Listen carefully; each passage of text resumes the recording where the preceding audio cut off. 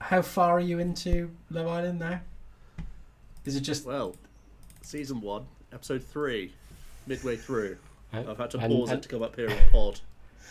And remind us tenterhooks. what year is this Love Island season 1, Joseph? I don't know. Bernard? You tell me. You searched it. I don't know. I think it was 2015 from what Harriet said 2015. came upstairs. So I've got a lot of catching up to do. Yeah. No spoilers, Lots of people. catching up to do. Yeah, do not spoil any of Love Island for me, Don't because not me and Emily spoil are catching up on it. A 10-year-old So- reality show for me, please. Well, I tell you what, my jaw dropped because I recognised someone from a podcast that I listened to, or have been listening to for over a year. Oh, you And said, yeah. I like, the connection came, and I was like, my goodness, that's him like 10 years ago. That's so weird that he's like, I don't know if he started in Love Island, like started, you know, in Love Island, or like that's how he got his name out there or whatever. But it seems like it was that, because he was just like a nightclub promoter before that, and he like talked about being a nightclub promoter in his podcast, but not the Love Island stuff, obviously. I don't know if that's It's weird. It's weird because it's weird that they don't attribute. He must attribute like his success to that, right? Because often it is. He like gets his name way out there. I think they all do, platform. right? Like the But he's Molly made a lot Mays from and stuff himself. like that. And it's interesting, like, even though it's only been a couple of episodes of him in Love Island, I can see his like interview nature is already coming out then, when he was like 26 or whatever. Like, Joe, he's stop inquisitive lying. and asks interesting questions, and also, I know you- my god, he looks good. Oh, I was gonna say. he honestly is. He's the fittest on the island by far, and I think my application good. got lost many years ago. Well, they did have. So the interesting thing is, there's one guy who I think isn't. He's the one that isn't, you know, chiseled and all that, and he got with the girl straight away. And like they, you know, it's only been 3 nights of Love Island, so anything can happen. But they seem to be the most rock solid couple so far. So Usually the most like the least chiseled guy on like especially like the later seasons, like the least chiseled. No guy spoilers, no Ben. spoilers. No, there's no spoilers. There's no spoilers. I'll in what I'm keep about them to say. updated, not you. There's no spoilers in what I'm about to say.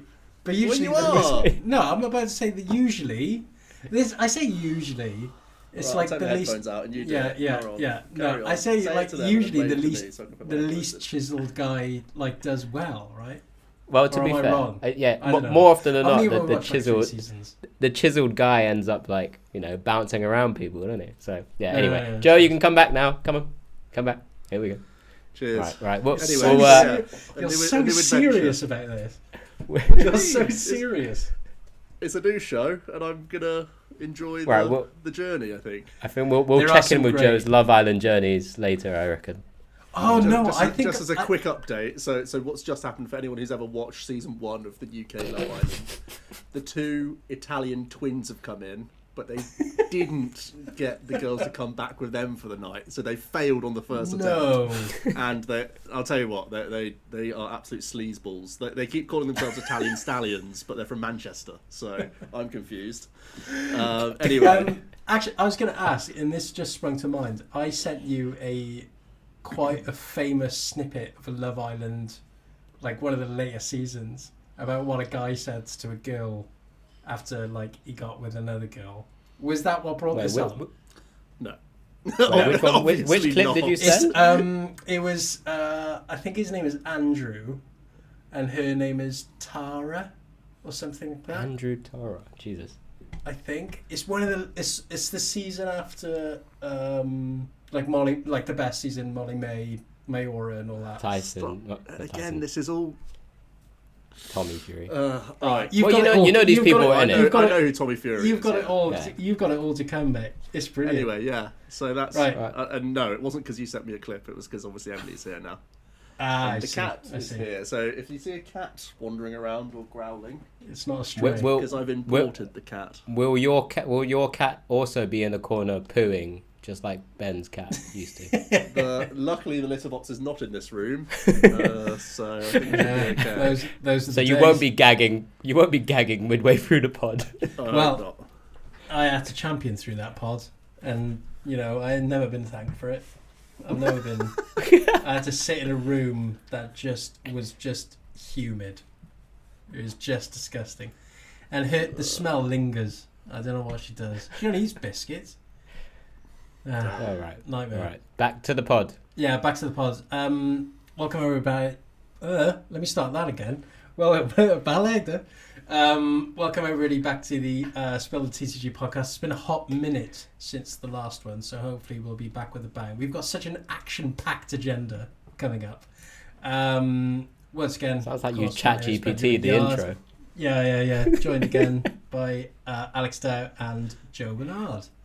Now, obviously, it's been quite a bit of a break since not only our last pod, but since some competitive play as well. I know, Joe, you've been getting stuck into the new season and some challenges. And how's that been going? How's life? And of course, you've had a big happening in your life recently, right? Take us through it. Yes. Yeah, lots going on over here. We've been sorting out the house. It's been Prime Day, so I've been doing some purchases. Got a new TV that I've got to put up over the weekend, which is hopefully arriving tomorrow. Nice. And yeah, that's all good. The cat's finally eating again, and it's back to its normal self. Emily is unfortunately unwell over the last couple of days, but before that has been all good. So very, very happy with how that's all gone, and it's going to be a bit less chaotic this month. Where we're just settling in really and going to the odds tournament. Last weekend we got to do a double challenge weekend where we both walked away with some points each, which is nice, a good start for both of us because we're both going to be trying for that invite. So all round it's been nice to have that little break, but also we're picking it back up now. We've been doing playtesting every night really, just for these tournaments playing and also for the Worlds format as well, so we're still getting stuck into Pokemon most nights. Very good. Dow, what about yourself? You're repping the merch. Well, it's not merch. It's very, very topical for merch. Yeah, I've been on stream. They've dragged me on. But yeah, it's been a nice break. In all honesty, I do tend to like these periods where, well, when I've been competitively playing, it often means that I'm kind of burnt out towards these stages because it's a long old season sometimes. This season obviously is a little bit different, but I've kind of welcomed this break because work suddenly picked up. Birthdays are left, right, and center. In terms of like the kids, and it's starting to come like getting ready for the summer and school holidays and things like this now. Now that we're into that sort of stages. So no, it's been good. Obviously, at the same time, there's been a lot of information that's come out, and officially we have kicked off the 2026 season. As well, so there's definitely a lot that we're going to be touching on in this pod. So, but yeah, I've been doing some gardening, working, the usual family man life at the moment. Trying to get a bit fitter for the winter as well. I don't know how that's going to work out. Summer's gone, so we'll try the winter. It's too late for the summer, so We'll move on from there. Rab, what about yourself? Sorry, Yard. Do we call you Yard now? Rab. Oh, Rab, whatever. Yard. Call me whatever you want. Not attack too much, name, really. Rab. I mean, went to Benji Hutchins's stag last weekend. Oh, that was yeah. pretty good. We went to Manchester. Got to do. You some can cool enlighten stuff. us on that. Yeah, because I know you played some poke. We didn't explore Manchester too much, but we went to the two main sites that we wanted to see, which was the Football Museum, which was great. Very insightful. Man United's not Man City's, I imagine. No. It's just the National Football Museum. Okay, fine. It was really good. I thought there was one in Liverpool. They had a lot of interactive stuff there as well, like the penalties and all that. Oh yeah. That you could get on the leaderboard. I think I was. Could any of you kick a football? We struggled, but we all like celebrated afterwards. So I was doing the Antwerp. I'm trying to imagine Hutchins playing football. We're all right. We're not bad. And then we went to the classic football shirt. I think it's actually called the Classic Football Shirt Shop. There's one it's in an London. incredible shop. If any of you are ever interested in football and the history of football and iconic shirts from back when you were a kid, definitely visit that shop. It's brilliant. It's expensive, but it's great because you were willing to pay anything to see some certain shirts. Did you walk away with anything? I was eyeing up a Roy Keane Island top from 1992, but it was 350 quid. And I was 350? Is it match worn? What? Probably not. No, not match worn. It'd be wrecked. There were some Manchester United tops which I didn't mind. Look, they were the old classic. I'm not even a United fan, but they were the classic, the Sharp. You know the Sharp sponsor. Yeah, baby. Come on. But again, They were a bit It's too all expensive. coming But out now. I found- Secret United fan. I found the perfect top. It was a Celtic. Are you? It You're starting. was You're a starting to Celtic- resemble a Mark Goldbridge. People call me Goldbridge all the time. It was an away 1992 Celtic with Mark Viduka on the back. 36. Oh, Yeah, that's yeah. the one you sent me. Yeah. Yeah, I had to get it. There were a couple of Larsens, but I wasn't quite fancying it. It's a bit too normal, the Viduka one. Was the Larsen. anyone dressed up for the stag? No, it wasn't like that. Briefed? We just stayed in and played a lot of games, which was pretty cool. We which is played what I was some- trying to insinuate played some earlier. Come on, what did you do? Overcooked. We played some Cube. So There I we built go. Pokemon. I built a retro cube, 6-man. It went down really well. It's based in Neo, but has 2 Ditto Prism in it. So it's, This was they feature. if anyone recalls from a previous pod, one that me and Benjamin drafted against one another, and he refused to play because he actually brought no energies with him. So I So we didn't drafted wanna and wasted an hour. I didn't want to chuck any energy into it, like any old energy, like I don't know XY or whatever. I had to get the base set energy.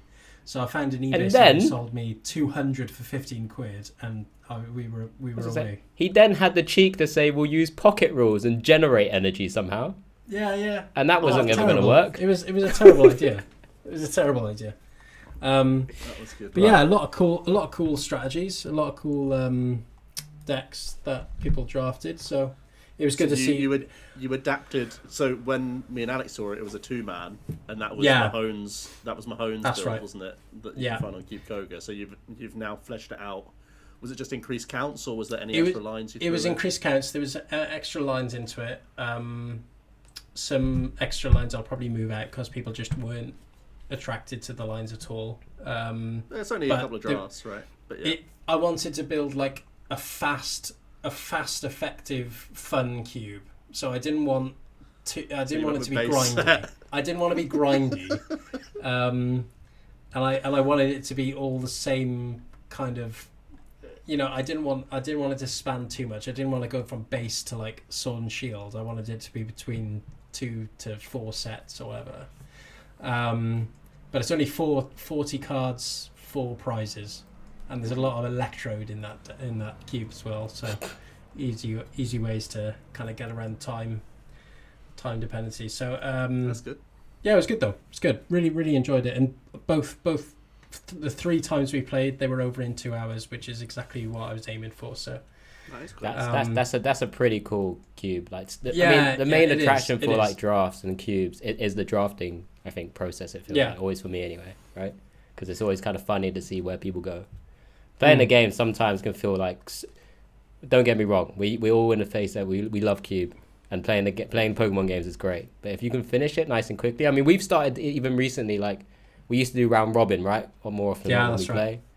I think when the last couple of times I played, we've just kind of done like almost like knockouts immediately. So it's like kind of at least trying to finish it a little bit quicker. We did Yeah. 3 rounds, so just 3 rounds Swiss, because it was a 6-man, but I'm hoping to increase it to 8. But I just need like Blastoises. I need a couple of Gengars. I want a 1/1/1 Alakazam line. Just like I want 1/1 line in an 8-man cube. Yeah. Just Great. freak him out a bit. Leave him to it, Joe. Let him cook. I'm not going to say anything. But I need to, yeah. Well, maybe a 2/2/2 line then. Yeah, but overall it was really good, really good fun. And yeah, that's about it. But of course, it's not just about us. We do have to move on. I am the master of the agenda today, so I'll take you all through it. And Thanks. like I said, it's jam packed. There's been so much going on. I'm hang on, before we start, I imagine this is exactly how you do your lunch and learns on Power BI. I've got so much to say, so much to go on. Please, Questions at the end. please like and Put your subscribe. hands down. Questions only at the end. Yeah, so we got the schedule that's been released by Pokemon, thankfully, for next season already for Europe. We also got it for NA as well, but we'll focus on Europe for now. And let me just go over to the next screen. So we've got Frankfurt. Starting on the positives, are we? Yeah. I'll fly through them now, and then we can get your opinions, if there are any, on the schedule. We've got Frankfurt. Is our first regional, September 13th to 14th. Then we've got Lille, back to Lille, October 25th to 26th. Then the Gdansk Pokemon Regional Championships, November 1st to 2nd. Stuttgart for our kind of Christmassy festive feel, November 29th to 30th. Then January, we've got Birmingham, 24th to 25th, which a lot of our UK residents will be interested in.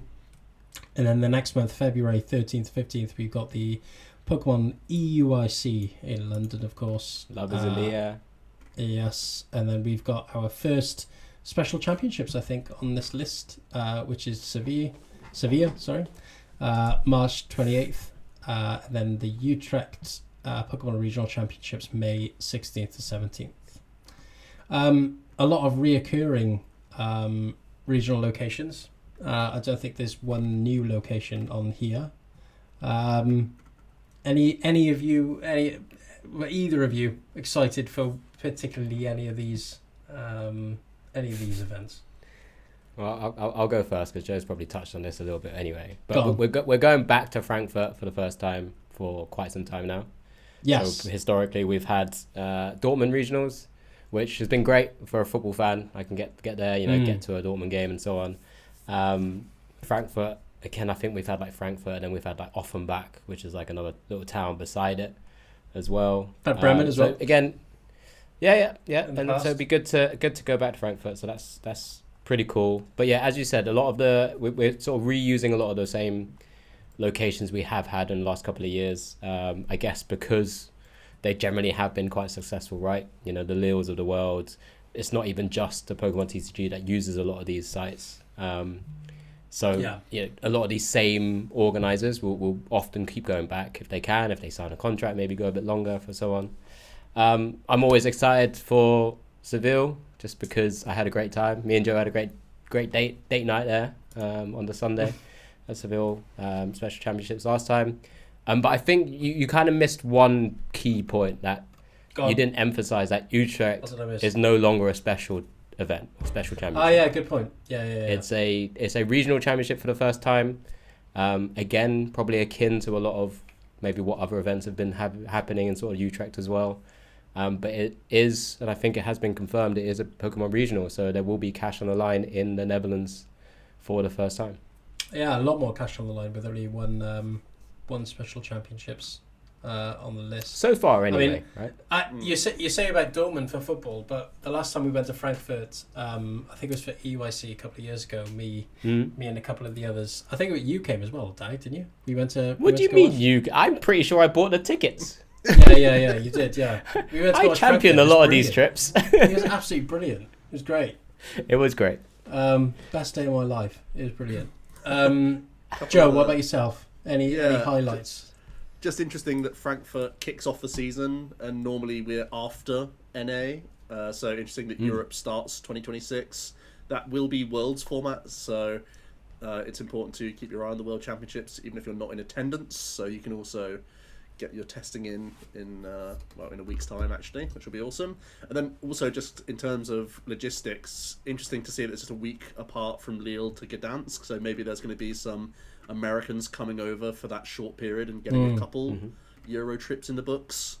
That's kind of interesting. And yeah, the special championships becoming a regional is just a massive win. I think it legitimizes the tournament more in that there's more people willing to go towards it in the back end of the season, and everyone wants to get prize money for these tournaments that are essentially the same size as a regional anyway. So the fact that that's been given the cash is always good news for our calendar, and Europe's already very good for it, but every time these special championships can become regionals, it's a huge win for us. Yeah. That's a good point. I think alongside just the European events, I know we haven't mentioned them at all, there's obviously a couple of pretty cool inclusions in the schedule across the world. I mean, one is a big eye opener for, I'm pretty sure, every Pokemon player or Pokemon fan or anyone. Las Vegas is the week before LAIC, but then so is Buenos Aires, so we'll get like a weird contingent of like who goes out to which event. will people go out to Las Vegas because it's Vegas, or will they go to Buenos Aires because it's a closer opportunity to get to LAIC, for example? And then there's one interesting thing I did sort of notice though. A lot of the event schedule, which I think you might have up right now, it does say that the event will be broadcast. One of the things I realized is that a lot of at the moment anyway, the Latin America events are on the same weekend as one of the other EU or NA events, so it doesn't actually show that the event will be broadcast. I think one of the cool things I would like to think of the future is, especially when they're growing out that LATAM presence, we'll probably will maybe one day get a broadcasted event from those regions as well. So looking forward to that, I think. And I think even, again, I'm now kind of making assumptions. LAIC, I believe, has a new organizer rather than Copag. So with that event being broadcast and sort of them having a different partnership there, maybe there's that opportunity for that sort of new organizer to also bring some things in. Who knows? I'm hoping for a lot more to come from the Pokemon scene. Yeah, we all want that. Yeah, we can hope so. More broadcasting, and every weekend we want something. And you're right. There's not a lot of individual weekends. I think Santiago and one of the Mexico tournaments. Yeah, I was gonna let you. I was gonna give that to Ben. You can see I was tentative there. Give it to me. Those are the only couple that land on their own weekends. Oh, and Lima as well. So most of them do have crossover. So if there is gonna be that debate of like, will the Americans fly over or will they play in their home regions? Same could be said for the Europeans. That's somewhat of a debate that will be had throughout the season of like what's a higher EV for individual players. So that's kind of interesting. But yeah, we got to have more broadcasts for the LA because they're getting into the touching the 1,000-player tournaments now and having little to no coverage is a bit of a shame. I know Azul said on his pod already that he wants to go out of his way to try and make that happen for at least one of these tournaments, so that would be exciting if you could have a grassroots stream coming back, because with so much coverage there's been less need for grassroots streams, but they were the meta for many years. We had a lot of players going off their own backs and saying, I don't want to play, I just want to commentate to bring people the coverage, and I think having a bit of a comeback to that in the LATAM region will be awesome to see, and I really hope that Azul can make that happen. Yeah, there's a lot of people championing this issue, which is great to see. More eyes on the game, more growth, more people coming along and having fun as well, which is good. I think for me, and it's not the full schedule yet, right? Either, I guess. No. I think there's a couple of events still not announced from outside. There's far less the second half of the US that's not been announced. Exactly, they've only gone up to November. They typically have a tournament in December, so it may not even be their full calendar year yet. The NAIC is still in New Orleans, to no one's surprise, but there you go. Yeah. And also shout out to Oceania. They actually have some information. they have something coming in Jan. I remember last season they didn't have anything announced for them when the whole rest of the continents did. So they've actually got something, and it's an Auckland. But it's not it's announced. It's not announced yet. It's not announced in Australia. Right. It's New Zealand. It is New Zealand. Which, obviously, for a lot of people might not. Yeah. Some people might be like, tomato, but it's Auckland, which is kind of cool to have a proper event there as well. I'm going to show my naivety now. When was the last event in New Zealand? It was like Auckland as well. 16 or 17. Yeah, 16 or 17. That's good, I remember that's good to see. Henry Brand tweeted about it. There was 35 players or something like that. Yeah, that's mad. Because it was the same week. It was a conflicting weekend with another tournament, I think, as well. Yeah. Well, a lot of people underestimate obviously the size of Australia and the travel arrangements that some of these Australian players have to make. Even Auckland is somewhat of a journey for themselves, right? So you can definitely appreciate the 35 players. Hopefully they'll get more this time around. It's a special championship, right? So I was like, would we still see some of the TPC contingent turn up? Maybe just for that automatic invite, direct invite. Long way to go. You never know. Yeah. People, they love Pokemon, right? Yeah. It's in the middle of the season as well, right? Like January, just tipping over halfway through the year. So yeah. I think for me, I'm not doing Birmingham. I'm going Auckland. I think for me, the highlight of the European schedule is that these locations are fantastic for traveling to. A lot of these places are very accessible. And Well, I think that's the main fantastic reason. transport links. Yeah, So it's definitely a big That's why we reason. keep- for I it. know it's the main reason, but like I mean, the more events I go to, the more experience I have traveling to some of these events, and you kind of realize that it's just easy. It's just very accessible. Lille and Utrecht, especially for somebody from the UK, you can get a train to both of these locations, which is awesome. So Birmingham probably the best for the UK. Yeah, maybe. Ooh. Busy You're couple of months booing though. Birmingham? Come on. Busy couple of months though for our UK players. January and February, both events in the UK, which is a nice little break from traveling. Same as the most recent season. So Yeah. How many weeks is that apart? It's got to be like 3 weeks. 3 weeks. Yeah, 2-3 weeks. 3 weeks apart. Yeah, busy birthday for me. Anyway, Yeah, moving on.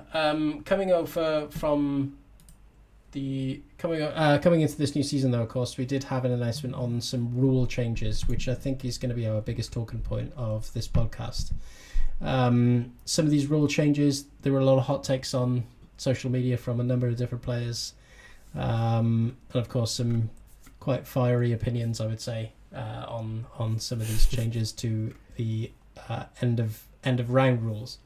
But I can go through the adjusting the Swiss rounds first of all. I'll just show it up on screen here. So all age divisions at these tournaments, if they have at least 65 participants, will have one additional round of Swiss pairing. The additional round will make it more likely that trainers with records of X2 or better will reach their asymmetrical top 8. I'll end it there, but it's obviously a good thing, I think, because we did have so many players experiencing the disappointment of having a record to where they make day 2, but there is absolutely zero chance that they can make top 8 in a realistic circumstance. This was a welcome change, I think, from my perspective, especially because of that reason. But either of you, did any of you have any sort of additional points to make other than that? I mean, yes, welcome change, of course. Just having that additional round is a great thing to include. Again, I'm just kind of thinking back to last season because I was a player at a point where they changed it as well. I'm hoping that they stick with this for a season, like the season, rather than make a mid-season change. I don't know how much I really liked having to like adapt from what we had. Was it had to be 6-2 to qualify for day 2 or whatever it was, to being then 5-2-1 could also make it in, because then it changes the way sometimes some of these tournaments pan out. So it is a welcome change. I'm still intrigued to see the impact for those tournaments which are like hitting the upper thresholds of certain limits, whether that additional round will still be enough maybe for someone who comes in at a lower record to win out, and maybe does that guarantee the spot in an asymmetrical top 16? I'm not too sure. Again, I haven't run any modeling or numbers, but it's something to think about. Yeah, it kind of brings a good point, because we only have so much Pokemon we can play, and I'll come to that point now, because the events are just getting bigger and bigger, right? And of course last year we had record numbers in regionals and we could only play 8 rounds, which seemed a lot shorter, which is why the players that were making those records couldn't, kind of pass on into day 2 and make the top 8 and make or have any hope of doing so. And Joe, I guess this question is for you. Is it a case of players going into the tournament and making those records of, say, 6-2 or whatever, just have to kind of swallow it and just say, look, I've made day 2, but there's no chance of me making top 8? Or is it a case of, okay, now that we've made this change, we're going to hope that players can still make these top records and have another chance at it, but with this increasing player base, is it just a little bit too little too late? No, I think it's not too little too late at all. I think this is really helpful. We basically lost a round and got ASIM as like a pacifier, and now we still have ASIM and we have the round back. Like, this is only good news. And I think those close calls where possibly there could have been this really bloated top 32 ASIM never really came up, which is fortunate. Not like it definitely could have happened once or twice throughout these tournaments. Now it's a hard cap at 16, which is worth noting. So the ASIM is always going to be 16 players. So it is going to be most likely X2s, and there's not going to be any crazy bloated top 32s, which I don't think it makes sense in TCG. Maybe VG would be more receptive to that idea because they've done big top 32 brackets before, but I think it would be strange for us to have that. And essentially gaining that extra round means that previously there was that massive punishment of like, if you were going for winning in for ASIM and you failed, you would often fall below the 16. You would go from mega cash into like a big drop, and now I think that extra round alleviates that and gives you that extra chance to maybe, you know, get that one more tie or get that one more win to still get yourself back into good cash even if you're missing. So I think that's a really welcome change. I don't think anyone can argue that an additional Swiss round is like a good thing, and I think for the most part this will slot into phase 2 of the tournament by how it reads, because they still want to have it mostly 8 or 9 round phase 1s. I think it's more than likely going to be in phase 2 where the extra round will be seen, which is, again, in those situations where it can feel so devastating to lose one of those final rounds if you're in touching distance. Now having the extra round buffer means that you're not just completely railroaded day 2 by like your first round being a bad matchup and then your day is a waste of time. I've had one of those. We've all been there.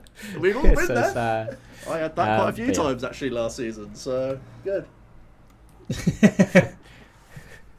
Was going to raise the point of you having your first day 2 again. That happened. He only had one last year, didn't he? The next change, which I'll come across now, which was the hotly debated on all of our social media platforms that people are on. Now the end of round procedure is changing coming into this season. So after usually we of course had 3 additional turns from the turn of time. So you'd have 0 from that turn, and then you'd have 1, 2, 3. But now those rules are changed. After time is called in a round, competitors will have an additional full turn to complete their match, so only 1 turn per player. The active competitor will complete their turn, their opponent will then complete their turn, and if there is no winner determined by that point, the game is a draw. An overtime clock, in quotations, of 10 minutes will be in... Yeah, cheers for that. I'm just reading that. You could have just done that saying carry on. For this additional turn, and if play does not conclude within that allotted time, the game is a draw. The overtime clock is intentionally long compared to the average turn length, with the hope that this clause will trigger only in extreme situations where slow play penalties may be considered and applied where appropriate. These are obviously massive changes. Essentially, the overclock is saying, the overclock is essentially saying that it should never take 10 minutes for 2 full turns to complete anyway. But it's really just a logistics thing of like, let's move these big, hefty tournaments along because there's just too many damn tables. Yes. Especially at these internationals, it's just so likely that we're seeing 30+ minutes between round times. So that's clearly the thing they're trying to solve. They're trying to say, let's get this under control. Let's put that overtime clock in so that we can progress these tournaments much more systematically and more reliably throughout a day. It's another change among a few now where Pokemon have made amendments to the tournament structure to help this kind of flow of the tournament. They don't want any sort of overhanging rounds because +3 turns, it could take as long as they take, right? And evidence from most recent big tournaments. Because I whenever we sometimes when we commentate, we're waiting for the next round to start, and it's like, oh, don't worry, there's a 20 minute time extension because in the +3 something happened and whatnot. There still will be time extensions. This adds but this is adding a more definitive cut-off points to every game. Oftentimes when time was called, players would actually slow down and think more methodically, knowing that these are their last final actions of the game and every decision matters so much. And it's very often that will be the case where pace is slowed during time, and that's the opposite of what they actually want to do. Time is saying that's enough playing Pokemon now, you need to resolve your game, and that's exactly what an overclock could do. And I don't think the overclock's a bad idea at all. Like, I feel like if they just added an overclock, I think everyone would be pretty happy and accepting of that change. If it was +3 and an overclock, I think there would be basically far less contention. I think the issue comes for the player base, where +1 is much more awkward in just the way, the amount of time games take in Pokemon, is that very often now that feeling will be felt in that you're going into a game 2 situation and sometimes into a certainly game 3 situation. I think with +1 turn, you're very, very rarely able to finish 3 games unless it's aggro deck versus aggro deck and they're both winning in 3 attacks each in 4 turns each. I feel like in a lot more of these intricate matchups where there's going to be damage counters flung around with Monkey Dories and this, that, and the other, that's just the way the format is. Some of the best decks do that and try and weave in single prize Pokemon. That's the way to win Pokemon effectively at the moment. I think it's very, very hard that in 1 turn, even 2 games can be completed.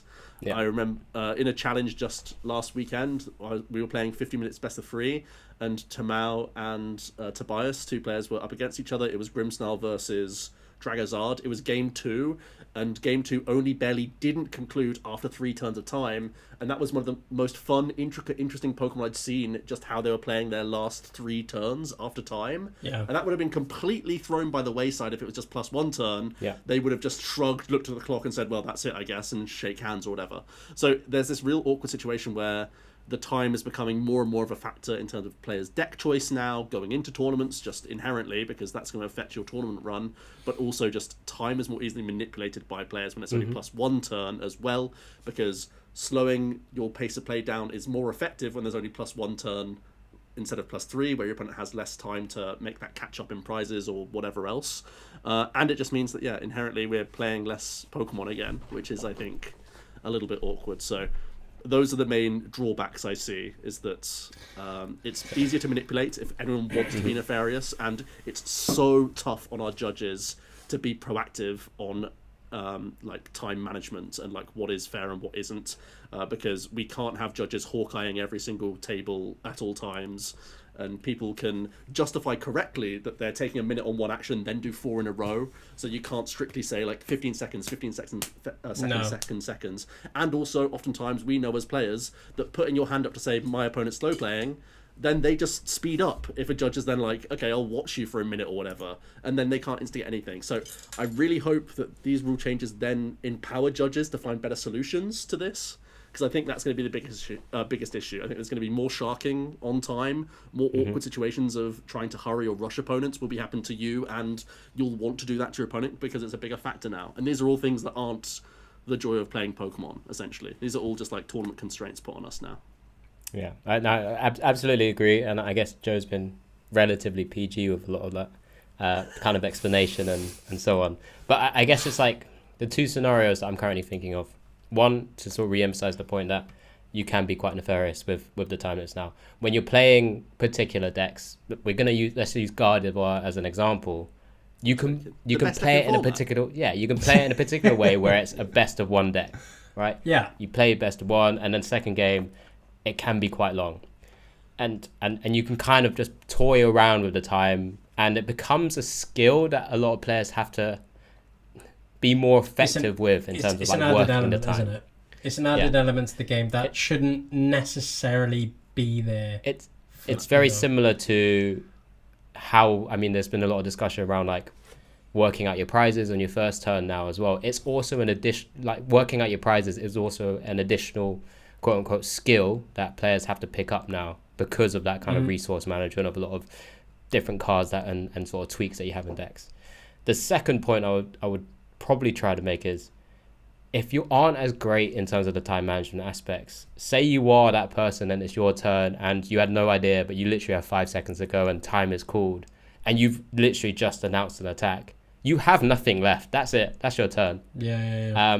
And it still kind of gives a massive emphasis on your opponent to go, well, I have still 1 quote unquote long turn to kind of deal with it. And it's like a very different mindset that you can kind of go into towards the latter stages of a best of 3 or at that point it could be a best of 2, but it's just something to kind of play on a lot of people's minds, which I don't know is a good thing. I've been under pressure on the time before. I've hated it. It's been a really awkward spot for me, and I'm like, I rush things and I'll do something wrong.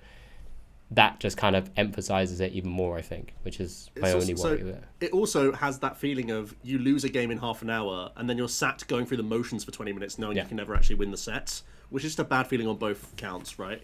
Like, unless you're donking someone to then get a tie and then you're still not completing the third game anyway now. Funny anecdote, in the first challenge I played Gardevoir, and I was asking my opponents if they wanted to play best of one with me in a challenge because we had 45 minutes plus one turn. Okay. This was down to the TO's discretion. Plus one turn? Are they allowed to do that? 45 plus one. This is what they did. So I asked all of my opponents at the start of the set if they would rather play best of one with me. And some said no, and we didn't. But some said yes. And I think in like 3 of the rounds I played a really nice, fun best of one. And then other games I was playing best of 3 in name, but not in reality. Because a game would go by and then the second game would never conclude, no matter the outcome, if I was winning or losing. So yeah, you're right, Alex. There's going to be this like dead air issue.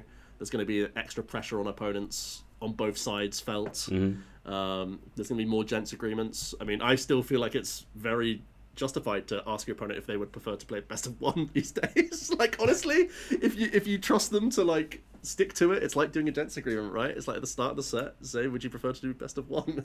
But it's terrible that players have to put that into their own hands, because I think the art of the deal or whatever else is becoming more important. Mahone put a tweet out on that on the day of the rule changes.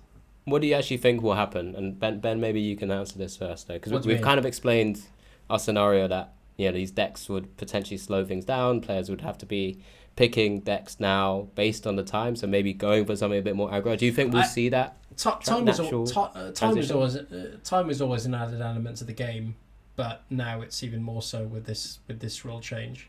But I'll kind of flip it on its head. I understand that there would be negative impacts to the player experience, but I think this has to happen in order for the game to grow. Because does it need to grow any more? It's already growing at an exponential rate before this. I think this needs to happen just on a Do you think we have to go to +1? Are you saying this so that we can extend from 2,000 to 3,000 players? The game needs a definitive cut-off point to go to the next round in order for it to grow. Because you can't. So I don't mind the I don't think anyone actually argues the overtime clock. The clock is fine. It just means that if you were in +3 and there was an overtime clock, that's when you can call a judge and be like, this guy's playing in the overtime, slow playing in overtime. Watch our next 2-3 turns. I think that's not too much to ask for. That needs to be looked at. Obviously, I think the player experience will change. Like we've all pointed out, for the better. Unsure. I honestly think. What do you think's positive about it, Rab? I think for next season, we actually might go back to +3 turns and then have an overclock time. It would not surprise me if that happens. A lot of people are saying just give us the raw +10 and have 60-minute +1, which obviously everyone would love. I think even 55 +1 would be good. Why do you think they didn't do that? Add +3 turns. Clock. It's in the text already. They're saying that games didn't resolve in those turns and it was longer anyway. Like they specifically said that the overtime was an issue and it's because people were slowing down. So an overclock would already fix the main problem that they were trying to solve. I think they've done a double whammy when they could have just put an overclock in, kept +3, and it would generally work out to the desired outcome. I think they've really gone... They basically wanted to standardize the pace of play for basically the full 50 minutes. They wanted that pace of play not to change the whole time. So reducing it just to the 50 minutes +1 turn is basically saying we're just playing 50 minutes regardless. If they added with the extra 3 turns, because we had some fantastic moments, and we've touched on it before at NAIC. When we're in time, when there's certain plays that were made and it's been one of the highlight moments that we've seen, but it happened because they were given a lot of time to actually maybe think through the different routes that they could have taken. This scenario just means that 75 minutes +3 as well. Well, yeah, exactly, right? And which is crazy. Oh my god, we can't even. I did not fathom that for a moment. Actually, realized that was extra 25 minutes on top. Yeah. Anyway. But yeah, that's the whole point. It's to have this consistent level of play for the whole time. Managing players' behaviour towards time. Do you think that was something that was something that they were discussing when coming up with this rule change. So Managing their behaviour before time. Managing players' behaviours towards time. So, going through our points that we've made here, which is, players making these egregious long plays and playing the clock and slow playing and, doing all this kind of stuff. Do you think this decision was made on the basis of trying to mitigate that? No.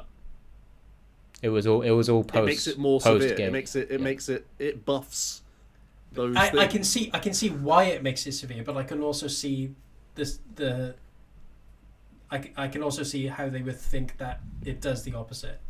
I think the opinion is, because if you're decreasing the amount of time, if you're decreasing the amount of opportunities you have to egregiously slow play or take advantage of the clock, you're not. You're almost encouraging it, no? But you're making it more powerful. If you don't want a game to conclude, you are much more likely to not let it conclude. Not necessarily. You could look at this. You could unless there's more eyes on you. Think, oh my, I need to speed up. I mean, possibly there's a very small possibility they may have thought it like that. But I think in reality, that's all I'm saying. I'm not saying that is what happened, but I'm just saying there is a possibility of that thought process happening. But I don't think they would have considered that, and I think they honestly just considered the end of round, like they have it in the notes, the end of round procedure. Maybe that might have been a knock-on effect. Like maybe all this could happen, but we as players know, or maybe even like as casters, we should know. I've spoken to many players who have played Lost Box and went, I win a game 1 and game 2 doesn't end, right? And the same with playing like other decks like Gardevoir. It happens already in 50+3.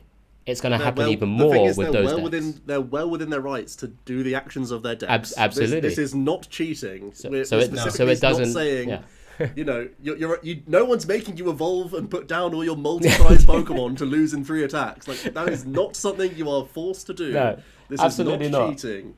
But it's just like the scenario we have now, almost, as Joe just put it, gives more power or strength to maybe even doing that in a bit more detail. It might change because we are getting 3 prizes back in the format.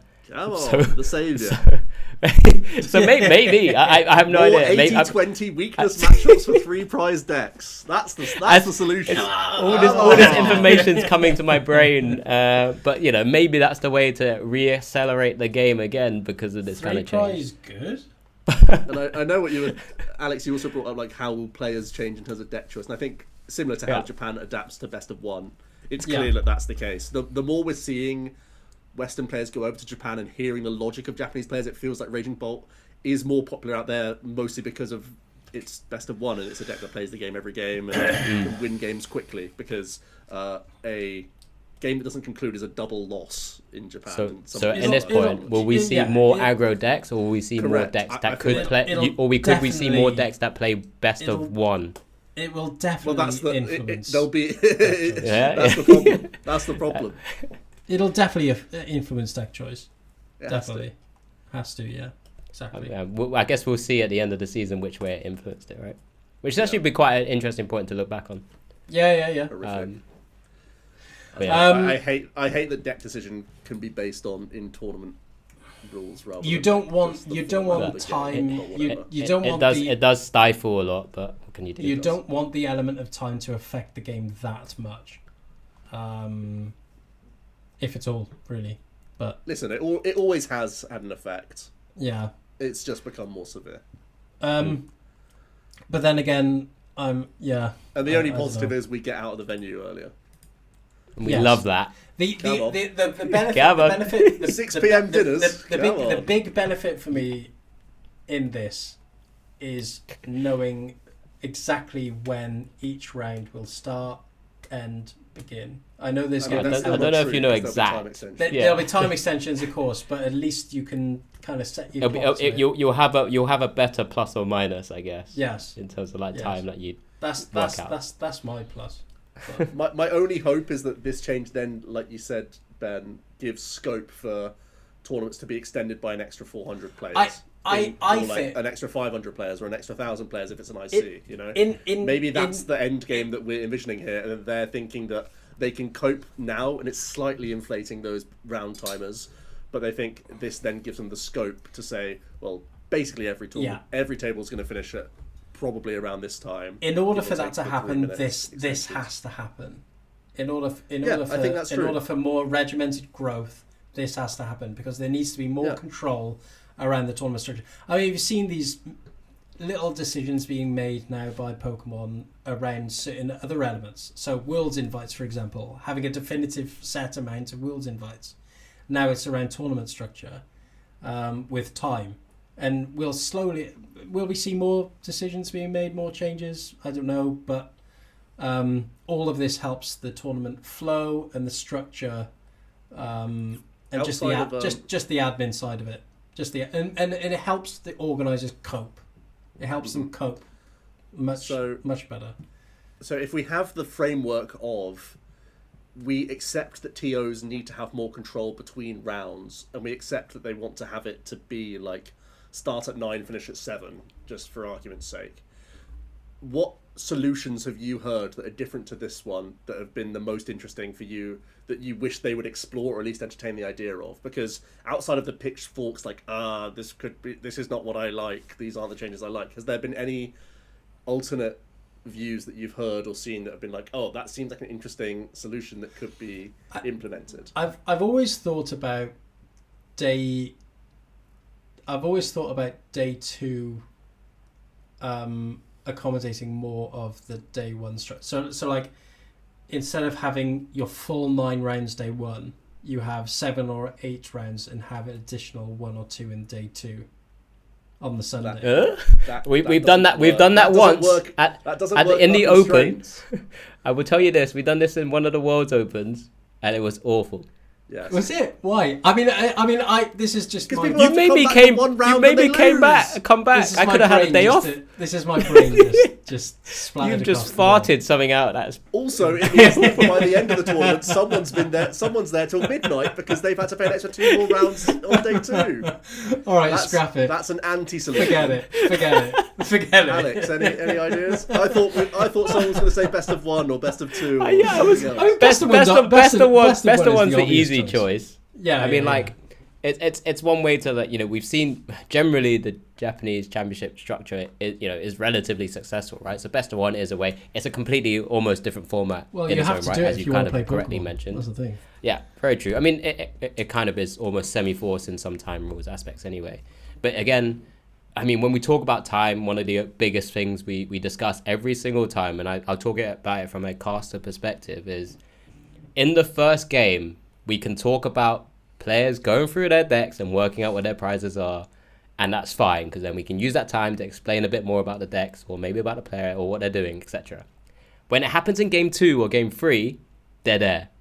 They spend a minute and a bit, or maybe multiple minutes, working out their prizes, and time is just generally wasted, not from just a casting or viewer perspective, but also just for the 2 players themselves.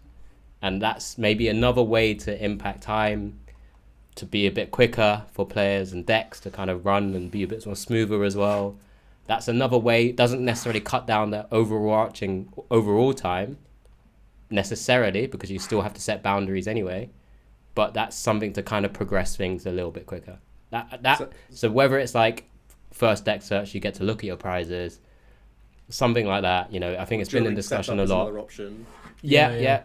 Whichever works, right? Because the same thing in the end, there you will generally do a deck search unless you're really unlucky, you get no ball searches or so on.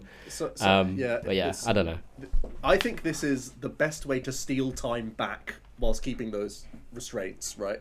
Because, like you say, Alex, you're buying 4 minutes out of thin air if both players are doing diligent turn 1 deck searches in potentially multiple games. And I think it's something that you will always see in playtest games and this, that, and the other. And I feel there is still plenty of elements of skill of knowing your prizes are out the gate rather than having to sift through the cards like that. If you're giving people essentially unlimited time, at least from what we see on broadcast, I don't think anyone has been told to speed up during a deck search. I like, tell me if they have, but I really haven't seen anyone receive a warning for taking a long turn 1 search. I've not even seen a player be like, dude, come on, you've written 5 of your 6 down. That's been 3 minutes. Move on. Like, I don't think everyone gives that grace period. It's kind of like a gentleman's. It's kind of just. It's just like it's etiquette, really. So if we're doing that 3 minutes of etiquette anyway, 3 minutes is excessive. But players are good at doing it. But even that 1.5 minutes each turn 1, if we're giving them the etiquette to find out anyway by putting every Pokemon to the front, every energy to the back, and then finding out the middle pack of cards, just give us the time. Yeah, I mean, it's easy.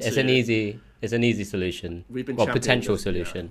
Yeah. I mean, we do it in Cube, don't we? And we can semi-think about it from a viewer's perspective, though.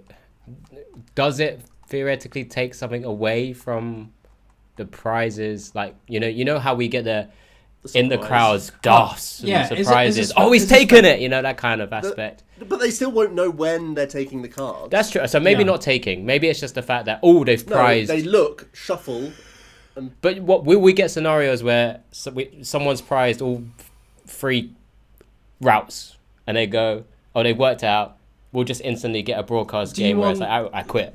You know what I mean? But that would happen once they've looked for a minute. Yeah, but if they were going to scoop anyway, it sped things up again. But at the same time, we don't necessarily always see it when it comes up, right?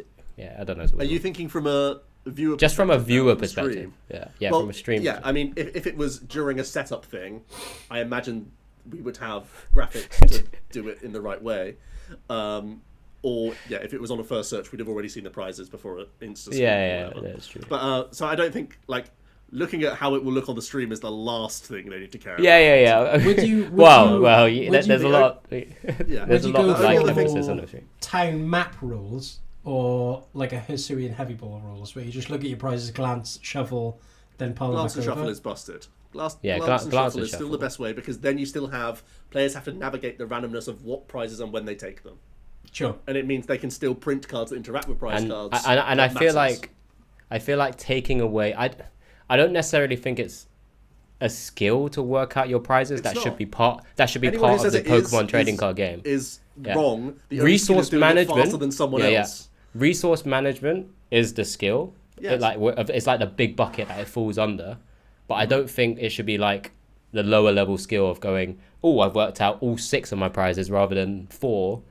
And I'm able to play the game. Ultimately, I always think that a more skilled player will still make more out of that information than a less skilled player.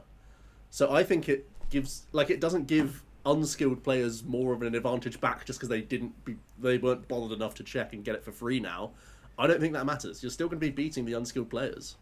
The only other thing I wanted to mention that I think we haven't touched on from the tournament structure is that even with us stealing this time back, which I still think is the best solution, probably it would be a drastic change to the rules, and who knows if TPC and TPCI could do it differently, whatever else. So I don't know if the debates that we're having may not be happening in Japan at all, and whatever else, just because they play a different structure anyway. But I think there's still the incentive in everything that we've suggested so far in one player not letting a game conclude, whereas if we did a structure where simply it was a point per win, then I think everyone is incentivized to play quickly, whether it's 2 games or 3 games with the same allotted time. If it is simply a point per win, then it's harder to calculate how many people will be in day 2 or whatever. And yes, it probably does incentivize faster decks again, but I think it incentivizes both players to finish games, win or lose, because you don't lose anything if your opponent ends up concluding a game and winning it, because that doesn't affect you. You're just happy with your match point from your victory. So I think that's also a very valid solution, and also incentivizes everyone to play methodically but quickly as possible, Yeah, I agree. That sounds like a pretty good option as well. I do wonder if it's the only issue would be collusion at that stage, I think. Yeah. If you both handshake G and there's 3 games and say, okay, I'll win the 2, you win the 1. I'll take that's the only issue. I don't know. I don't know. How do you could potentially structure it if you win 1-0, you take 2 points. Exactly. If you tie, you get 1 point each. If you win 2 games, you take 3 points. I don't know. Yeah, there's a lot of nuances you can think about it. I just think that's also really intriguing to me, because every single tournament that I've played in, there's been an incentive during either game 2 or game 3 for one of the players to slow down their play. And I would love to have a structure where that's not the case. Anyway, Joe told me we wouldn't be able to spend 45 minutes talking about. I know, this topic. we've been so an hour and round 10 changes, Swiss round changes plus. Yeah. End of round changes, bad. All right. So also, far, very that's quickly, where there's plus 10 masters in Europe, NA, and plus 25 in LA, who will now be able to qualify for Worlds. What are you doing, Joe? You're taking it away from Ben, right? Ben was No, he can have I it. wanted to speak this on.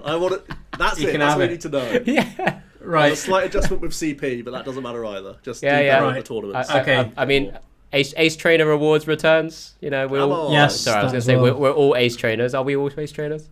No, I'm not. I missed out by like 20 points, I think. 20. Yeah. Can't believe. Well, can't I believe had a Nelly's baby, done that to didn't you. I?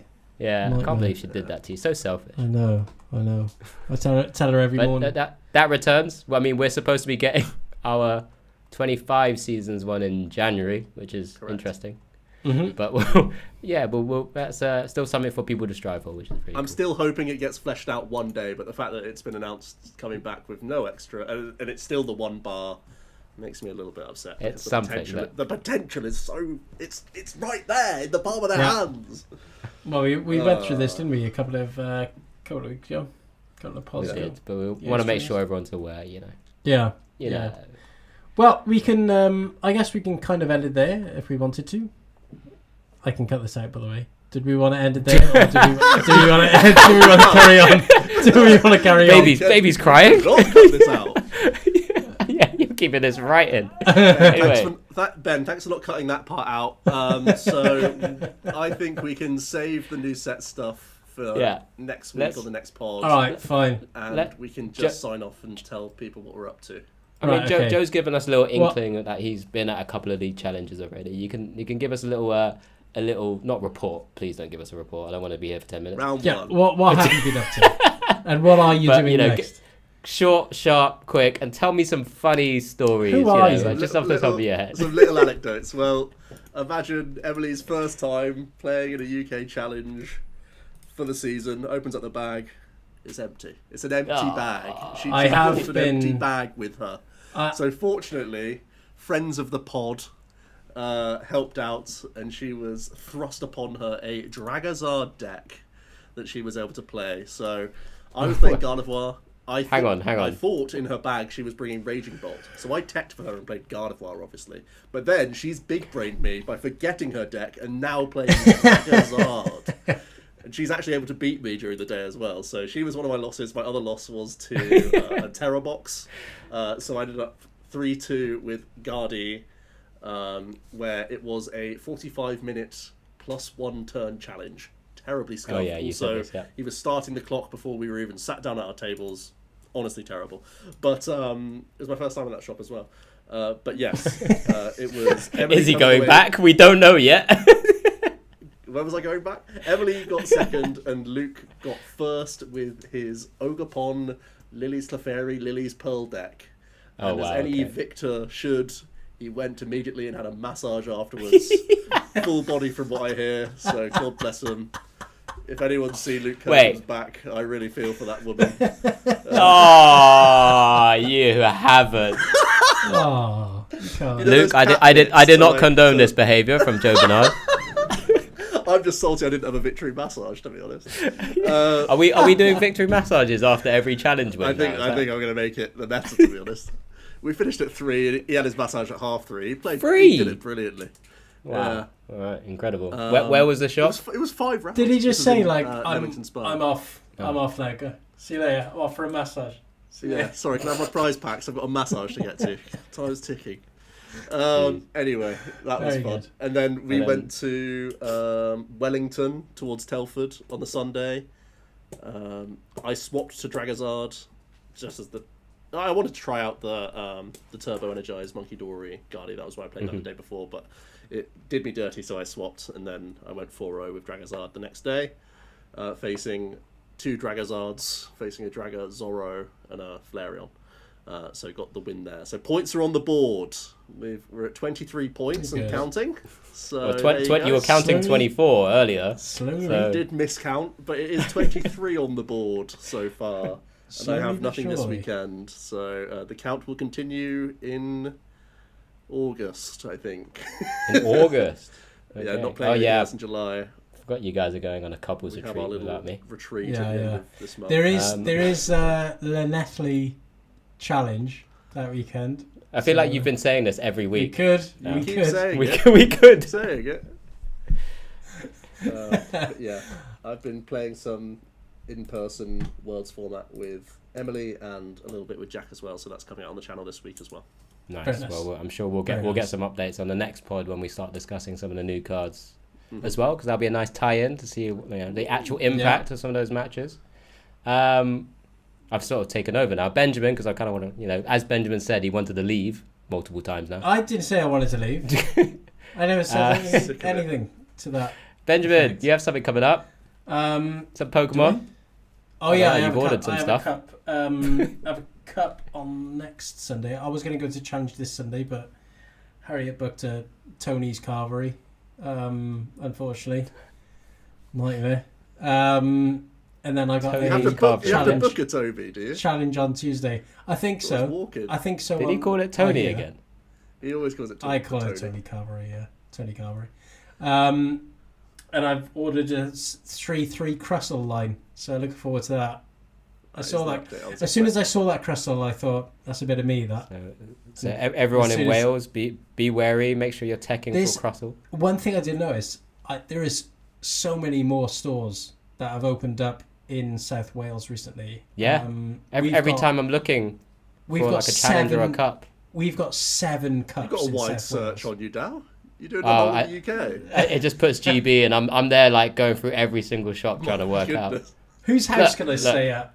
Cardiff. No, no. See, look, we don't trample on each other's turf, okay? Right? It's turf wars otherwise. I'm down south. You guys keep your middle, and you keep the valleys or whatever you are in Ben. Yeah. Those are yours. Those are your streets.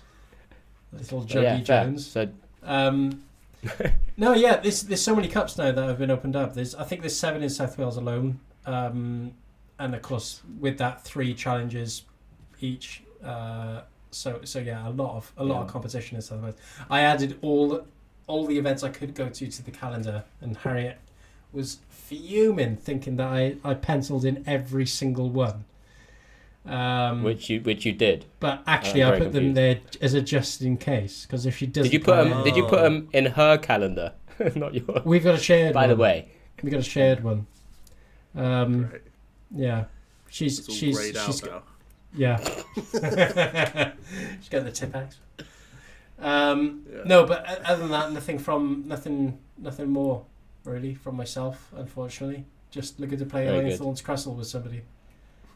he's So revealed it some all. this weekend, haven't you? I was going to say Ben was. I thought he might have kept his partner of Crossall a bit secret, but it is just Fawns. So I have a cup. Well, as the day of recording, cup tomorrow. So it'll be my first venture into the season, of the 2026 season. So that's great. If people don't really know, it is 1 cup every quarter per shop that are able to do it. They get a challenge every month. So there's a lot of Pokemon to be played. I'll make a start tomorrow. I'm going along with a very good friend of mine who is an ex-national champion of the UK, Oliver Fenley. So that's a good laugh to kind of bring him back. He's back. Every year he tells me he's back. He's like, I've been playing so much Pokemon. and then I'm like, oh yeah, you want to go to this event? That makes one of you, does it? Well, I need someone to do all my testing for me, right? I had to make sure he's going to tomorrow so I could borrow cards, all right?